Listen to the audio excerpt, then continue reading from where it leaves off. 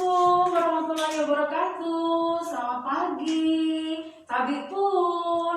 Hai semua sahabat sehat dari Rumah Sakit Dr. Haji Abdul Muluk Provinsi Lampung.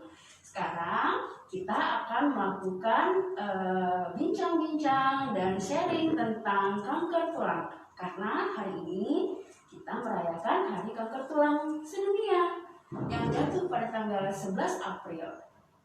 Pada hari ini kita akan berdiskusi tentang kanker tulang dengan sang pakar, yaitu Dr. Helmi, spesialis ortopedi. Nah, ini dia salah satu dokter kebanggaan dari Rumah Sakit Kebanggaan Provinsi Lampung. Selamat pagi, dokter. Selamat pagi. Monggo disapa dokter teman-teman kita dari Sahabat Sehat. Hai. Iya. Oke, Dr. Helmi ini beliau sedikit ya dok ya, terkenal ya. Ini dokter spesialis ortopedi. Sebelumnya beliau adalah dokter menimba ilmu di Fakultas Kedokteran Universitas Lampung. Yang alumni Unila ini hadir ya, one of the best dokter kita ya. Dan beliau menamatkan studi spesialis ortopedinya PPDS-nya di FK 4 ya dok ya, di Bandung tahun 2018. Dan saat ini beliau bergabung bersama kita di Rumah Sakit Abdul Muluk, dan beliau juga adalah salah satu dosen di Fakultas Kedokteran Unila. Jadi semua teman-teman yang nanti akan bertanya kemudian ingin tahu tentang kanker tulang, yang tulang ya, kita akan cerita di sini gitu. Oh ya, teman-teman, kami mengucapkan dari Rumah Sakit Abdul Muluk selamat berpuasa ya bagi teman-teman sahabat sehat Abdul Muluk yang menunaikan ibadah puasa. Tetap semangat, sehat selalu, nanti sampai kita meraih kemenangan. Oke? Gitu. Oke dok, kita mau ngobrol-ngobrol nih. Temanya, yuk jaga kesehatan dengan pola hidup sehat. Nah, sampai ada Hari Kanker Sedunia di tanggal 11 April kemarin itu, mungkin belum banyak yang tahu ya dok ya terkait dengan Hari Kanker Sedunia. Jadi teman-teman juga mungkin sahabat sehat ada yang punya keluarga atau misalnya menjadi pasien, kita juga ingin mengetahui lebih lanjut tentang kanker tulang itu sendiri. Boleh dok kita cerita apa sih kanker tulang itu? Kemudian kok bisa ya terjadi kanker tulang gitu? Ya. Kanker tulang itu jadi kita pertama membagi dulu bahwa asal sel itu ada ektoderm, mesoderm, dan endoderm. Nah, kalau ektoderm itu yang menjadi kulit nih, epidermis dan lain sebagainya. Kemudian kalau endoderm itu yang biasanya organ dalam, paru-paru, usus. Sementara mesoderm itu menghasilkan jaringan ikat, salah satunya tulang. Nah, tulang ini tumor yang berasal dari tulang, yang berasal dari mesoderm itu yang disebut sebagai tumor atau kanker tulang. Nah, biasanya kita sebut sebagai sarkoma. Ya. Jadi dari kanker tulang itu sendiri kan ada yang dari ektoderm, endoderm, mesoderm. Ya. Nah, yang terjadinya itu kalau misalnya kita lihat berarti kemungkinan itu dari janin ya dok, dari kecil ya gitu ya. Ya, itu asalnya dari si tulang itu tadi, asalnya berasal dari jaringan ikat. Jaringan ikat itu sendiri. Ya, kita sebut sebagai suatu sarkoma. Nah, kenapa dia bisa terjadi? Itu etiologinya ya. Iya, etiologi. Nah, etiologinya. Jadi si tumor itu kita bisa ada dua nih etiologinya, yang bisa kita ubah dan yang kita tidak bisa ubah. Iya.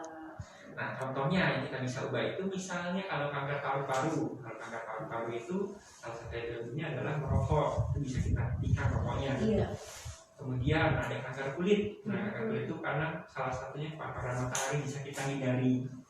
Nah, demikian di kanker tulang ini ada dua juga. Iya. Yang faktor yang kita bisa hindari dan yang tidak bisa kita hindari. Nah, memang kebanyakan dia faktornya itu adalah yang tidak bisa kita hindari. Nah, kita nggak bicara satu dulu. Misalnya faktor yang bisa kita hindari itu adalah salah satunya paparan radiasi. Paparan radiasi itu bisa menimbulkan kanker tulang.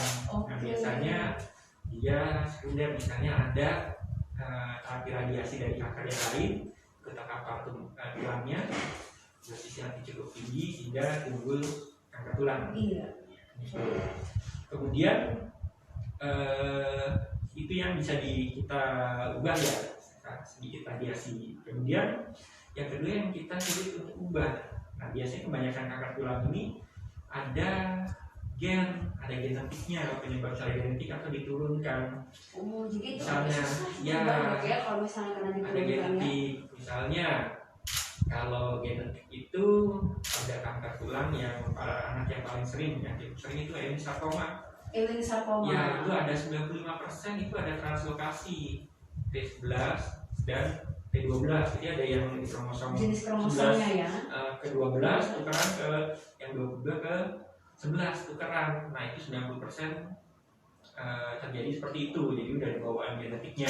Atau osteosarkoma juga pada anak-anak itu karena ada kelainan pada gen T15 komanya, atau dia bawaan dari suatu sindrom tertentu, misalnya Cartman Thompson syndrome. Nah, pada sindrom itu dia misalnya kita dapatkan alisnya tipis, kemudian ada katarak dini, kemudian ada kerusakan gigi, dan ditemukan juga ada osteosarkoma. Nah, itu pun misalnya pada kondrosarkoma itu bawaan genetik juga. Kondrosarkoma, sarkoma, itu kebanyakan genetik. Ada kebanyakan genetik juga. Kemudian yang kita perhatikan juga itu dari tumor yang lain atau metastase dari tumor yang lain. Itu penyebabnya misalnya dari tumor paru-paru atau breast cancer atau tumor serviks. Nah, menyebar ke tulang. Jadi tinggi juga. Ya, biasanya pada yang usia tua itu banyakkan tumor-tumor yang seperti itu, metastase. Untuk yang usia lanjut. Iya. Jadi dari penyebab-penyebab ini ada yang primer yang memang bawaan dari genetik, yang kita sulit ubah faktor dari genetiknya. Kemudian ada juga yang memang metastasis dari tempat lain. Oke, untuk sahabat ketahui bahwa angka kejadian kanker tulang ini sendiri di Indonesia di tahun 2009 sendiri penelitiannya itu kurang lebih 1,6% ya dok ya, dari seluruh angka kejadian kanker. Dari seluruh angka kejadian kanker tulang sendiri menduduki persentase di 1,6, dan ini angkanya lebih tinggi dari WHO ya dok ya. Dan kemungkinan untuk tahun-tahun berjalan ini angkanya akan lebih tinggi lagi, mengingat kata dokter ada metastasis kemungkinan dari kejadian kanker dari bagian yang lain seperti itu. Oh, cukup menarik ya sahabat semua. Nah, untuk menarik selanjutnya kita akan lanjutkan pertanyaan-pertanyaannya dok. Banyak nih yang udah nanya nih. Nah, tadi karena genetik berarti diturunkan ya dok ya? Iya. Jadi kita kalau bisa kita telusuri nih ke yang sebelumnya itu ada ini enggak? Ada yang pembawa apa enggak? Seringnya itu enggak kedeteksi dari, bisa aja bukan satu generasi tapi generasi yang sebelumnya. Jadi kita udah nggak tahu lagi. Jadi memang genogram itu penting ya dok ya. Untuk yang mau menikah juga nanti menyusun genogram dulu ya. Ada pembawa nggak gitu dok ya? Kan love is blind loh dok. Kalau begitu udah nggak kelihatan lagi, cinta sudah membutakan. Gimana ya dok ya? Gitu. Oke, kalau begitu kita sudah tahu nih kanker tulang itu apa. Kemudian bagaimana sih terjadinya? Nah sekarang dok, tanda dan gejalanya nih kira-kira kalau misalnya kita menemukan atau misalnya ada teman atau sahabat sehat yang nanti merasakan tetangga atau keluarga yang punya gejala ini, kira-kira bisa mengarah ke kanker tulang, gimana ya dok? Ya, jadi tanda dan gejalanya yang paling sering kita temui di awal itu adalah nyeri. Jadi kita harus membedakan antara kanker tulang dengan kanker jaringan lunak. Atau kalau kanker tulang itu jaringan keras ya. Kalau kanker jaringan lunak itu biasanya langsung kelihatan karena dia langsung benjol. Selain kanker darah ya. Ini kelihatan. Kalau kanker darah yang nggak kelihatan. Kalau yang kanker jaringan lunak yang lain itu bisa kelihatan benjol, kelihatan benjolannya.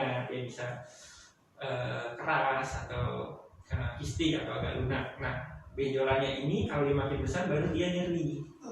Nah, kebalikannya pada kanker tulang itu biasanya timbulnya nyeri dulu, ada benjolan. Karena contohnya osteosarkoma itu intramedular di dalam intramedular, jadi dia nyeri di dalam bulu. Masih dulu itu apa dulu? Di dalam sumsum. Oh, di dalam sumsum. Oke, sahabat sehat, intramedular itu di dalam sumsum. Jadi si tulang masih berusaha untuk membendung. Kalau ada benda asing tubuh kan punya kemampuan untuk membendung atau supres si benda asing itu. Nah, jadi dia masih belum ada benjolannya nih, itu nyeri. Nah, biasanya di dekat-dekat area sendi, misalnya di lutut kepada atau di daerah Pangkal paha atau di pangkal bahu biasanya Pangkal sih. bahu. Itu Oke. ada sendi. Nah, nyerinya ini biasanya meningkat pada malam hari. Oh, nanti ya, pada malam hari itu lebih cenderung nyeri sekali gitu ya. ya. Nanti kemudian lama-kelamaan baru mulai timbul benjolan. Itu ada timbul benjolan, makin lama baru makin besar. Tuh. Kalau tadi kan benjolan dulu ya, kebalikannya dari si tisu tumor atau tumor jaringan benak. Ya. Berarti kita itu harus aware untuk setiap nyeri gitu ya dok ya, karena pada anak-anak juga kan kadang mereka tidak bisa mendeskripsikannya seperti tadi kata dokter, banyak pada kejadian angka anak-anak mendeskripsikan nyerinya sendiri pun mungkin belum terlalu jelas gitu ya. Ya kadang-kadang pada anak-anak itu dia nggak terlalu terbuka juga, dia nyerinya masih ditahan, sehingga kalau udah nyeri banget atau dia makin ada timbul benjolan baru dia disampaikan ke orang tuanya. Nah, orang tuanya baru tahu tuh kalau itu sudah ada timbul benjolan sudah besar gitu. Nah, kalau begitu bisa disembuhkan nggak sih dok kalau seandainya kita ketemu nih, kemudian deteksi dulu kali dok ya, deteksi dulu baru nanti kita ke tata laksananya untuk mendeteksinya sendiri dok. Ya. Itu kejadian kanker tulang ini. Jadi yang tadi saya tambahin yang sebelumnya ya. Nah, untuk nyeri pada tulang sendiri, nah ini harus kita perhatikan karena kita sebagai mimik itu menyerupai. Jadi yang paling sering kita temui itu adalah kanker tulang itu kanker tulang yang menyerupai suatu infeksi atau osteomyelitis, atau sebaliknya osteomyelitis menyerupai suatu kanker tulang. Itu mirip-mirip kayak mimik. Jadi kita harus bedakan tuh antara apakah ini suatu infeksi ataukah ini suatu kanker neoplasma atau keganasan atau yang lain, misalnya tulang nekrotik dan lainnya. Itu kita harus paham betul. Nah, untuk mendiagnosanya itu kalau di awal-awal mungkin untuk deteksinya dini itu agak sulit, sebab yang ketika pasien sampai ke kita itu biasanya itu ukurannya sudah cukup besar. Itu mungkin bisa berapa itu dok rata-rata kalau sudah datang ke kita nih mencari pelayanan? Kalau mencari pelayanan kita pakai NATING ya, stadiumnya itu bisa udah masuk yang dua itu dia udah ekstra kompartemen, bisa bahkan 2B. Ekstra kompartemen, jadi si tumornya itu udah menginvasi di jaringan sekitarnya, udah gede. Biasanya stadium 2 ke atas. Itu yang sampai ke kita.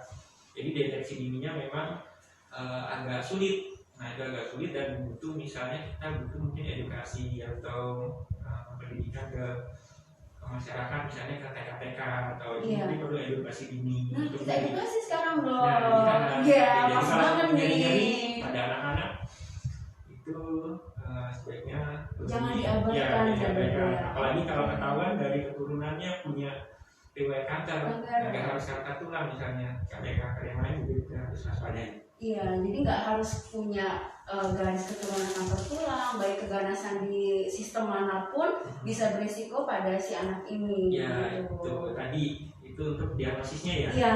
Yang pertama dari si lesinya itu sendiri. Dari lesinya itu sendiri kita kan harus lihat secara kelihatan gitu. Karena sebandingin ini lesinya suatu ganas atau yang tidak ganas. Iya.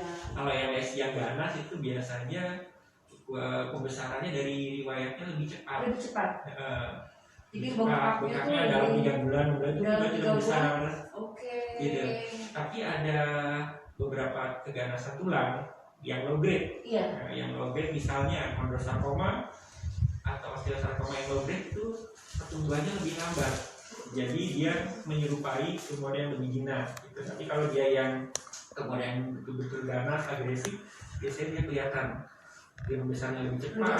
Kemudian 3 bulan tuh dia 3 bulan sudah cepat. Kemudian di permukaannya itu dia ada venetasinya, kayak ada urat-urat gitu. Ada urat-urat. Ada urat-urat. Ya, suka bisul nanti ya dok ya. Iya, urat-urat kadang dia bisa pecah tuh jadi kuning, jamur. Iya, seperti ada urat-urat terus shiny permukaannya karena dia mengkilat gitu. Kalau kita pegang, karena tumor ini tumor ganas ini metabolismenya tinggi, jadi dia hangat. Uang kita bandingin sama sisi satunya tuh. Sisi satunya dia akan teraba lebih Dia teraba hangat. Oh. Dan bagian distalnya, misalnya di lutut ya. Iya. Nah, bagian distalnya biasanya bawahnya, dia buka. bagian bawahnya juga ikut membengkak. Buka. Jangan lupa kita periksa sistemiknya. Biasanya karena dia metabolisme tinggi, dia akan menyerap anaknya biasanya kurus. Kemudian dia anemia, lihat di matanya pucat, tangannya pucat. Ya, itu dari penampakannya.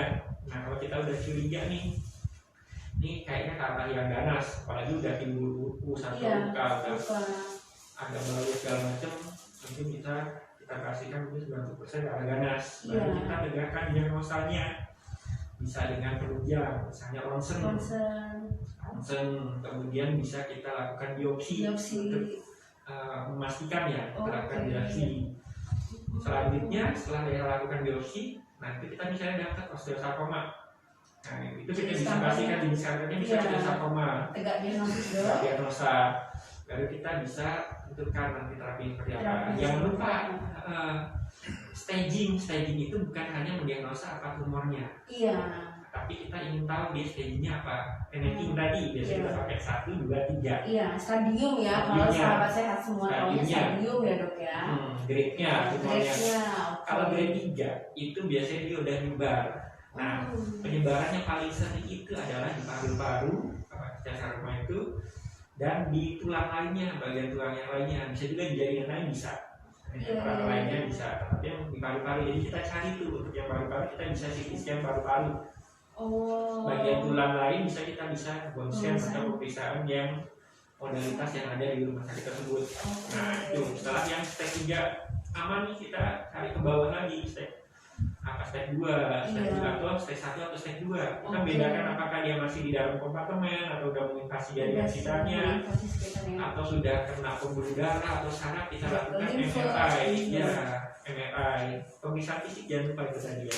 Periksa jaringan. Jadi ini untuk sahabat sehat semua yang di sana, kalau nanti nih di anak-anak nih ada bengkak, kemudian mungkin keluhannya tidak khas, hanya dia mengeluh nyeri-nyeri saja, dan tiba-tiba ada pembengkakan yang cukup signifikan dalam waktu kurang dari 3 bulan, makin lama makin bengkak, kemudian ada seperti urat-urat, kemudian shiny, jadi kayak mengkilap seperti itu, kemudian teraba hangat. Nah, itu kita sudah mulai untuk sahabat sehat.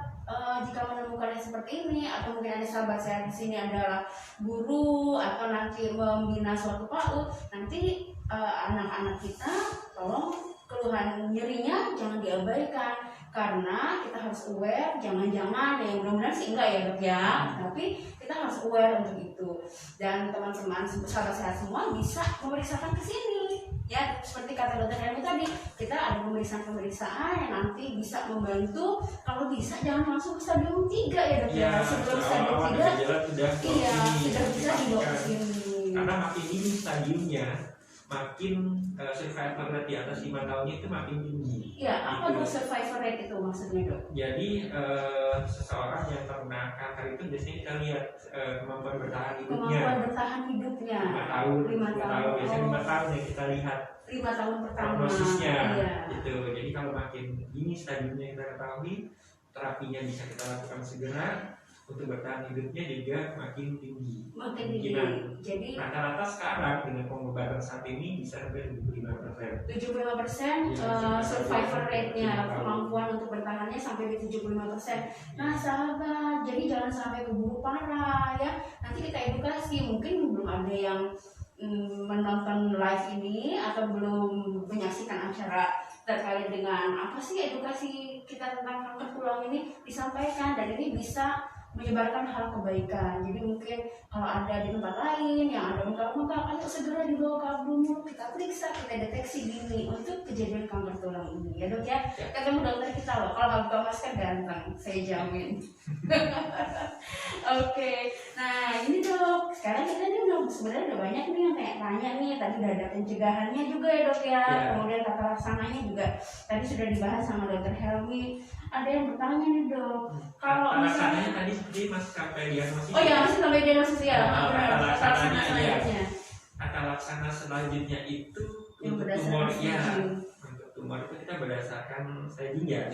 Pilihannya ada 2. Biasanya ada 2 yang kita lakukan.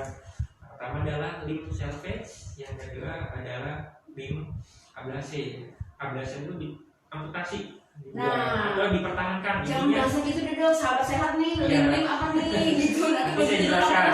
Intinya adalah kan biasanya tumor tulang itu ada ini ya, tulang tungkai. Jadi tungkai atas, tungkai bawah. Kemudian juga kita ingin pertahankan tungkai tersebut atau kita buang atau diamputasi. Amputasi itu bukan hal yang buruk karena dia termasuk salah satu membuang tumor biusnya itu bersih. Kalau kita amputasi itu bersih untuk itunya. Tapi masalahnya adalah akhirnya kita kehilangan salah satu tungkai dan menimbulkan adalah cacatannya. Dia merupakan salah satu tindakan atau operasi yang untuk membersihkan tumor yang paling bersih, cukup bersih. Nah, itu ada beberapa kriteria kapan kita memilih itu dipertahankan atau diamputasi. Untuk amputasi ini sendiri dia ada 2 tingkatan. Pertama yang amputasi di awal, yang kedua adalah amputasi setelah kita lakukan coba dipertahankan, ternyata terjadi rekurensi. Jadi amputasi berulang. Jadi kita lakukan amputasi yang di tahap kedua. Gitu. Nah, kapan kita bisa pertahankan nih? Kapan pertahankan ada beberapa indikasi. Biasanya kita mengamputasi itu secara umum kita lihat 3D. Pertama itu adalah limb dead limb atau tungkainya yang udah mati nih, darahnya terkipi jadi nggak dapat ini, jadi ada gangguan atau mati.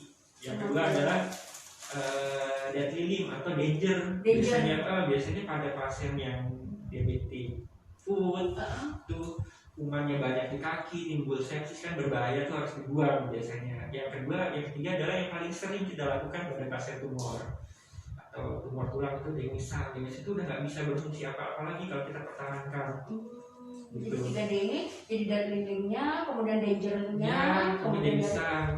Nah, yang pada tumor yang paling sering 40% karena dia nggak bisa, demisal. Kemudian ada lagi tumornya sudah begitu besar, jadi kita tidak memungkinkan untuk diangkat atau diganti megaprotesis. Megaprotesis itu protesis yang karena tumor itu gede jadi banyak tulang. Protesis itu adalah tiruan atau pengganti sebagai bukan oversis ya. Protesis itu di dalamnya. Protesis di luar biasanya. Oke, jadi itu bedanya ya sahabat ya.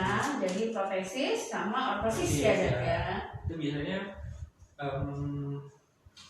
kita kalau udah terlalu besar atau dia masuk ke area sendi itu terpaksa kita harus lakukan primer atau langsung kita lakukan amputasi. Tetapi kalau dia masih kecil atau dia grade-nya awal, kita bisa usahakan dulu dilakukan atau hasil MRI-nya menunjukkan dia bebas dari area-area pembuluh darah atau area saraf. Kita bisa lakukan pertahankan dulu. Nah, setelah kita pertahankan tahu-tahu kemudian timbul recurrent.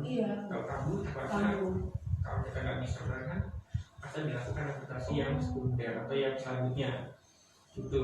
Jadi untuk amputasinya ada yang langsung tahap awal, ada yang tahap yang setelah kita lakukan dipertahankan dulu. Gitu, ada beberapa pilihan. Jadi kita memang usahakan, jadi nggak perlu tahu pasti sekarang walaupun amputasi itu paling bersih, cukup bersih, kita usahakan dipertahankan dulu. Tapi tadi lihat beberapa indikasi. Nah, yang jadi problem adalah ketika kita sampai di rumah sakit biasanya udah grade-nya tinggi. Grade-nya tinggi, bahkan udah keluar, udah jadi luka, udah sangat besar.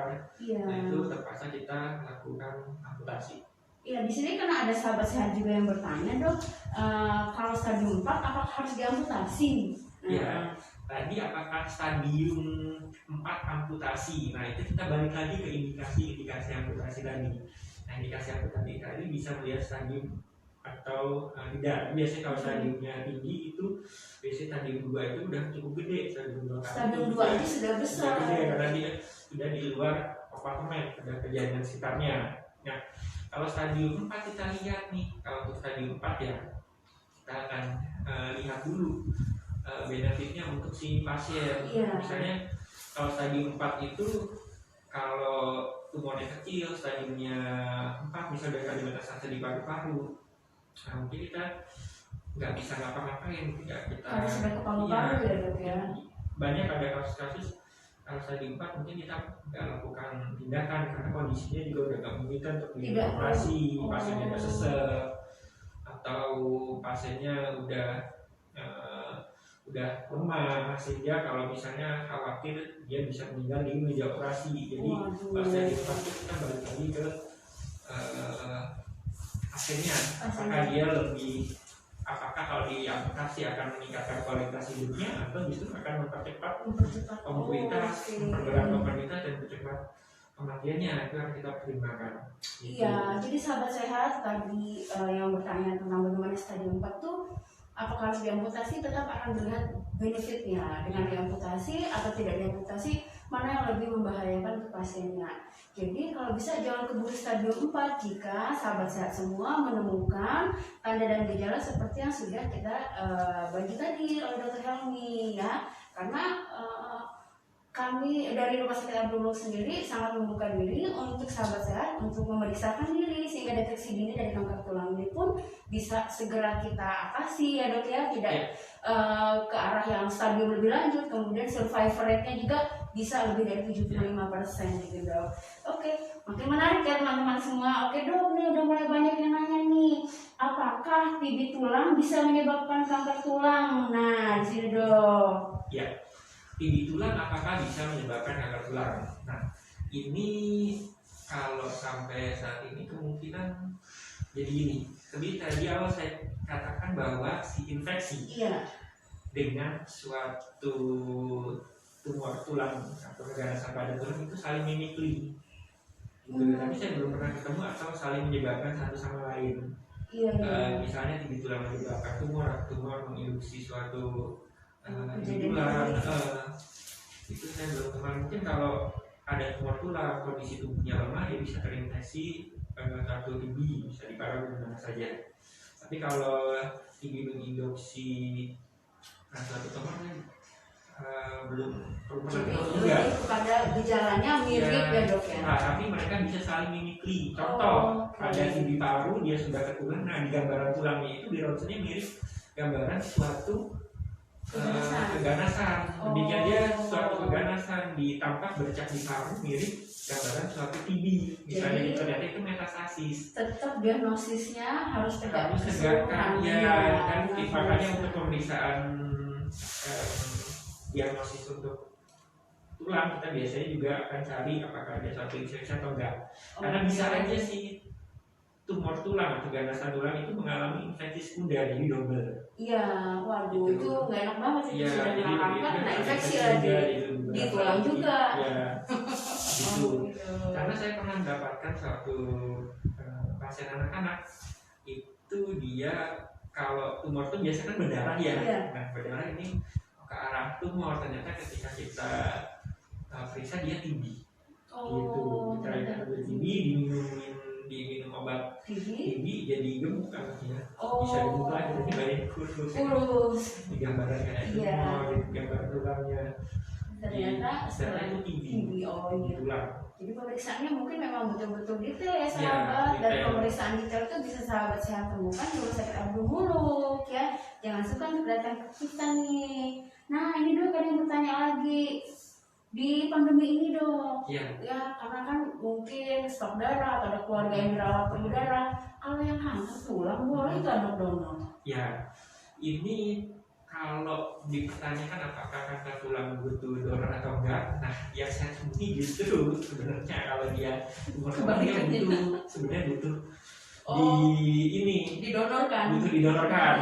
Saya ada rawat satu pasien itu, saya belum bisa untuk kemungkinan osteosarkoma dan HB-nya 5, justru dia butuh perbaikan keadaan umum. Tetapi kalau secara umum kita lihat apakah boleh si penderita tumor ini secara umum aja, bukan hanya tumor tulang aja, tumor untuk atau keganasan untuk mendonorkan darahnya. Kalau di beberapa center mungkin dia berbeda-beda, ada yang diperbolehkan dengan beberapa syarat. Iya. Misalnya pertama tidak sedang dalam pengobatan, Iya. kemoterapi misalnya, Radiasi. ya kemoterapi atau radiasi, jadi takutnya itu terbawa itu mungkin. Yang Iya. kedua, si tumornya itu tidak sedang aktif, artinya sudah diobati, tumornya itu sudah diobati, mungkin dia harus remisi dulu berapa tahun tidak ada kambuhan baru boleh. Kemudian kalau untuk darah misalnya 1 tahun setelah kemoterapi, misalnya seperti itu, ada yang itu sangat beda-beda gitu.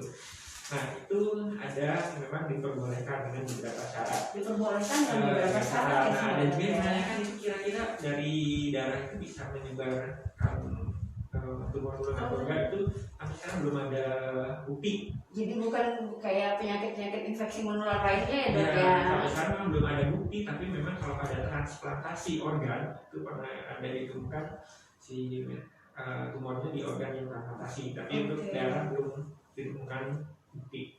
Iya, jadi itu sahabat ya, nanti dilihat dari beberapa center, tapi karena pada dasarnya si penderita kanker tulang itu sendiri pun memerlukan darah, karena mereka biasanya mengalami anemia atau kurang darah.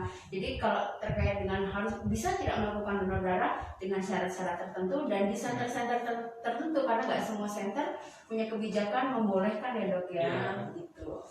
Oke, nah ini ada yang bertanya lagi dok, saya pernah mengalami tulang retak di dengkul. Apakah bisa menyebabkan kanker tulang? Padahal sudah sembuh, tapi kok masih suka nyeri ya dok? Ya, ini ya cukup pertanyaan yang sering ditanyakan pada pasien-pasien yang ada kanker tulang. Dok, saya dari riwayat jatuh sebelumnya, saya pernah riwayat terbentur sebelumnya, apakah menimbulkan suatu kanker tulang? Sampai saat ini memang belum ada bukti juga ya mengenai hubungan, masih kontroversi mengenai hubungan ada antara trauma dengan timbulnya kanker tulang. Itu. Tapi pada satu pendapat mengatakan bahwa ketika orang menderita kanker tulang, dia akan ingat-ingat kejadian pernah terbentur di situ. Jadi mungkin karena itu dia akan menghubung-hubungkan kejadian itu. Namun sampai saat ini belum jelas betul apakah satu trauma bisa memproduksi apa pasti bisa benar trauma jadi kanker tulang sebagai salah satu etiologi, karena etiologinya tadi lebih kebanyak ke kalau faktor primernya ada riwayat genetik atau turunan, kemudian yang sebenarnya mungkin ada paparan misalnya sinar radiasi atau metastasis dari tumor yang lain. Iya, jadi mungkin pernah dia tidak ada pembawa, kemudian dengan kondisi tulang yang berbeda dengan yang tidak pembawa, sehingga trauma sedikit menyebabkan retak, kemudian makin ada makin ada pembengkakan, dikira dari jatuhnya gitu kali dok ya, padahal sebenarnya sudah ada pembawa mungkin. Ya, atau dia udah ada tumornya nih. Ketika ada suatu tumor, tulang menjadi lebih rapuh. Dia mudah patah. Jadi terjadi fraktur patologis atau patah tulang patologis. Harusnya tulang itu bisa menerima beban yang besar, tapi dengan beban yang ringan dia patah. Jadi yang kita temukan adalah justru si tumor tersebut yang menyebabkan patah tulang, dan patah tulang yang menyebabkan tumor. Iya, jadi jangan dibalik ya. Jadi justru ketahuannya ada tumor karena patah tulang. Kok lagi jalan ke Sandung, patah tulang di ronsen ada gambaran tumor. Jadi bukan patahnya jadi tumor, karena sudah ada bakatnya ya dok ya. Tumornya itu biasanya karena metastasis, pada metastasis itu. Oke, nah dok masih ada nanya lagi di sahabat sehat ini, sepertinya ya nih udah mulai interest nih, menarik diskusi kita pada pagi hari ini, penanganan dan cara mencegah kanker tulang pada anak. Sebenarnya tadi sudah dibahas ya, gitu. Tapi nggak apa-apa dulu kita bahas lagi nih. Karena mungkin kita ulas lagi ya. Iya, silakan dok. Karena kanker tulang ini tadi balik ya, karena dia berdasarkan banyaknya genetik tadi, sehingga cukup sulit dicegah. Karena untuk mencegah kan kita harus tahu kenapa. Misalnya tadi yang angka paru kita stop rokok, atau kalau yang radiasi kita bisa hindari radiasinya, paparan matahari kita hindari.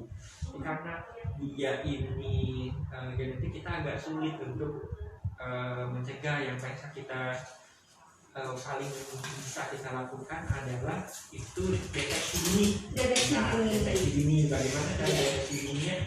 Pertama kita kita lihat epidemiologinya. Tuh, misalnya kanker tulang itu lebih sering pada anak laki-laki dibanding anak perempuan. Anak laki-laki. Kemudian kanker tulang itu biasanya usia-usia yang pertumbuhannya cepat, growth spurt ya. Misalnya usia 10 sampai 20 30 tahun, 2 tahun ke atas belasan. Oh, berarti masih usia dokter nih, masih usia pertumbuhan. Nah itu yang harus lebih diawasin, makanya diedukasi anaknya juga, jangan takut kalau misalnya ada keluhan nyeri atau apa. Kan tadi tulang itu biasanya kanker tulang itu tulang utamanya nyeri dulu sebelum ada benjolan. Jadi kalau ada benjolan yang kecil itu langsung segera dilakukan pemeriksaan agar kita bisa pastikan itu suatu keganasan atau suatu infeksi atau hal lainnya. Itu kita pastikan dulu, jangan tunggu sampai besar. Biasanya di urut-urut yang paling sering ada benjolan. Nah, betul itu dokter. Jadi banyak sahabat sehat ini yang kalau ada benjolan tuh yang katanya kesleo, terus apa di urut-urut. Kalau ini ada yang nanya juga nih dok, di urut tuh tambah gede nggak? Ya. Kalau di urut tambah membesar nggak gitu efeknya dok? Kalau di urut-urut saya terus terang belum pernah. Pada urut berapa besar? Atau ya, tapi kalau si tumor itu, yang saya tahu apabila si tumor itu mendapatkan suatu, misalnya kita buka ya, kita buka, jadi tadi balik ke depan dijelaskan bahwa ketika ada benda asing, tubuh akan membungkus atau mengunci si tumornya. Nah, ketika misalnya kita buka untuk biopsi, nah itu akan kebuka tuh ininya, kasih jalan untuk keluar. Nah, mungkin kalau ada suatu trauma atau misalnya ada suatu manipulasi yang ekstrim, itu bisa membuka jalan bagi tumor untuk lebih luas. Memang saya belum tahu. Berarti kita bisa mengedukasi nih sahabat sehat, jangan asal urut kali dok ya, untuk keluhan-keluhannya ini pada anak, jangan asal urut ya sahabat sehat ya. Baiknya memang kita tanyakan pada sang ahli dan dibawa untuk diperiksa lebih lanjut. Mudah-mudahan sih nggak kenapa-kenapa gitu ya dok ya. Dan pertama dari jenis kelamin ya, yang kedua dari laki-laki dari usia. Yang ketiga kita bisa awasi misalnya anak-anak itu pertumbuhannya lebih cepat nih dari anak-anak sekitarnya. Berarti kan pertumbuhannya juga lebih banyak. Jadi nah itu lebih meningkatkan risiko untuk terjadinya kanker. Karena mungkin ada satu sel yang dia nyelonong atau belahannya, maksudnya dia lebih tumbuh, itu misalnya lebih tinggi dibanding teman-temannya. Nah kita harus waspadai karena takutnya ada sel yang berubah menjadi ganas, jadi inilah satu ganasan. Kemudian selain itu dan usia kita bisa usia tadi ya. Kemudian riwayat keluarga, kalau mungkin kan ada riwayat keluarga umur apapun itu jadi warning perhatian, karena apalagi kalau ada riwayat tumor tulang gitu. Oke, jadi itu sahabat ya. Jadi pada usia anak-anak kita aware, kita perhatian terhadap nyerinya, keluhan pembengkakan, jangan asal diurut-urut saja. Kemudian anak laki-laki nih, apalagi anak laki-laki lebih aktif ya dok ya. Jadi kalau dia jatuh ke sana, ini anaknya emang gak bisa diem gitu ya. Biasanya kan kita orang tua begitu ya dok ya. Kemudian juga anaknya hiperaktif ya. Nah yang lebih tinggi nih, jadi kalau misalnya lihat anak kita kayaknya lebih tinggi, cuman bapaknya pemain basket, ibunya pramugari dok, tinggi semua. Jadi rekan-rekannya gitu semuanya waspada aja. Waspada ya. Misalnya bisa nggak nih? Gitu. Oke. Dan yang pasti adalah kalau yang bisa kita tuh genogram kali dok ya. Jadi tapi agak sulit itu. Agak sulit. Saya juga nggak punya. Nggak punya genogram juga ya. Kayak silsilah kerajaan apa gitu ya dok ya. Jadi sampai ketahuan jenis penyakitnya. Jadi sahabat sehat ternyata perlu juga ya kita untuk tahu gitu, untuk kakeknya, neneknya, mamanya, bibinya masih ada hubungan gitu dok ya. Iya, dan saya yakin sahabat sehat semua di sana nggak mau dong kita mengalami hal keluarga kita mengalami kanker tulang ini gitu. Jadi segera lakukan pemeriksaan jika sahabat sehat menemukan tanda dan gejala yang tadi sudah disampaikan oleh Dr. Helmi. Oke, nah jadi di sini juga kami deteksi dininya sudah, apa sih kanker tulang. Dok, kalau ada yang mau ngobrol banyak nih gitu, ada yang mau tanya-tanya, nggak hanya tentang kanker tulang tapi tentang tulang semuanya gitu, bisa ya dok ya untuk Bisa. ke DM Instagramnya Dr. Helmi Bisa. ya, atau ke IG-nya RSAM juga Ya. boleh ya. Nanti akan dijawab oleh kepakarannya masing-masing. Kalau mau direct message ke beliau, ke Dr. Helmi pun oke, pasti langsung dijawab. Ramah loh dokternya. Oke. Nanti yang dari Instagram Rumah Sakit Abdul Muluk kita akan teruskan ke Dr. Helmi jika ada pertanyaan-pertanyaan lebih lanjut. Baik, sahabat sehat semua, dokter ada lagi yang mau disampaikan terkait dengan Hari Kanker Tulang, dan untuk sahabat sehat kita di Lampung atau di luar sana yang ikut menyaksikan acara kita pada hari ini. Ya. Saya akan menyampaikan beberapa hal sedikit saja. Itu kanker tulang itu memang dibandingkan dengan kanker-kanker misalnya kanker paru-paru atau kanker payudara, memang jumlahnya relatif kecil. Namun yang menjadi kendala adalah biasanya kanker itu kan pada usia-usia lanjut. Nah, pada kanker tulang ini, pada beberapa kanker tulang itu biasanya pada usia dini, pada anak-anak, bahkan ada yang punya dua puncak. Contohnya osteosarkoma, dia ada puncak pada usia dini dan kemudian meningkat lagi pada usia lanjut.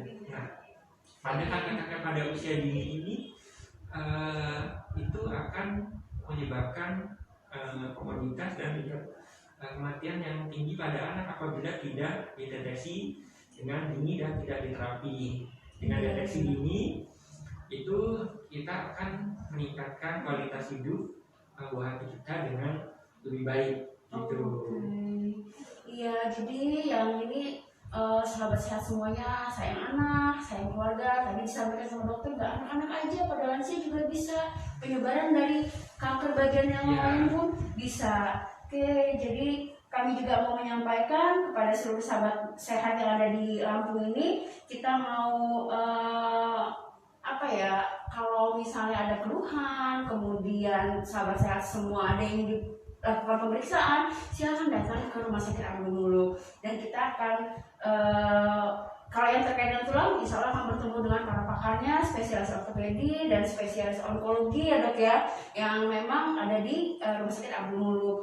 Untuk paliatifnya sendiri, rehabilitatifnya, tata laksana, semuanya insya Allah dari Rumah Sakit Abdul Muluk sudah bisa ya dok ya, di rumah sakit kita. Untuk tata laksana kemo tulang juga sudah bisa ya dok ya, sudah bisa untuk kemo tulang. Kalau yang misalnya diamputasi nih dok, dia perlu pengganti nih gitu, kaki palsu atau tangan palsu gitu, di kita sudah bisa juga ya dok ya.